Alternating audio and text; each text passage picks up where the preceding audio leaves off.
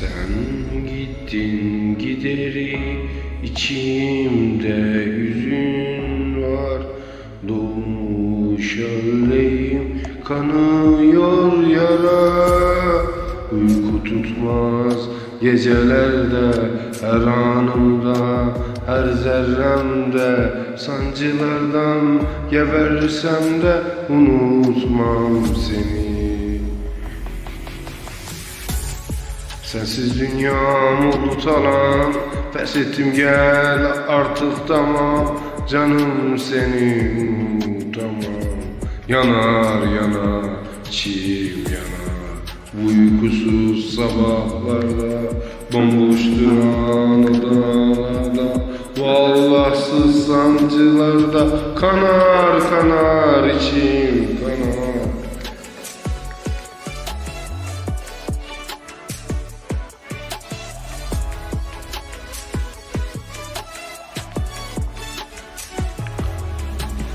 Hasretin bağrıma saflanmış bir bıçak. Esirin olmuş gönlüm sana tutsak. Uyku tutmaz gecelerde, her anımda, her zerremde. Sancılardan gebersem de unutmam seni.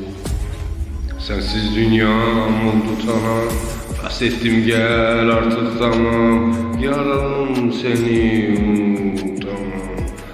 Yanar yanar içim yanar. Bu uykusuz sabahlarda, bomboş duran odalarda, bu Allahsız sancılarla kanar kanar içim kanar.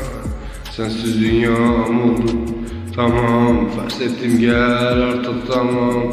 Canım seni unutamam. Yanar yanar içim yanar. Uykusuz sabahlarda, bomboş duran odalarda, bu Allahsız sancılarla kanar kanar içim kanar.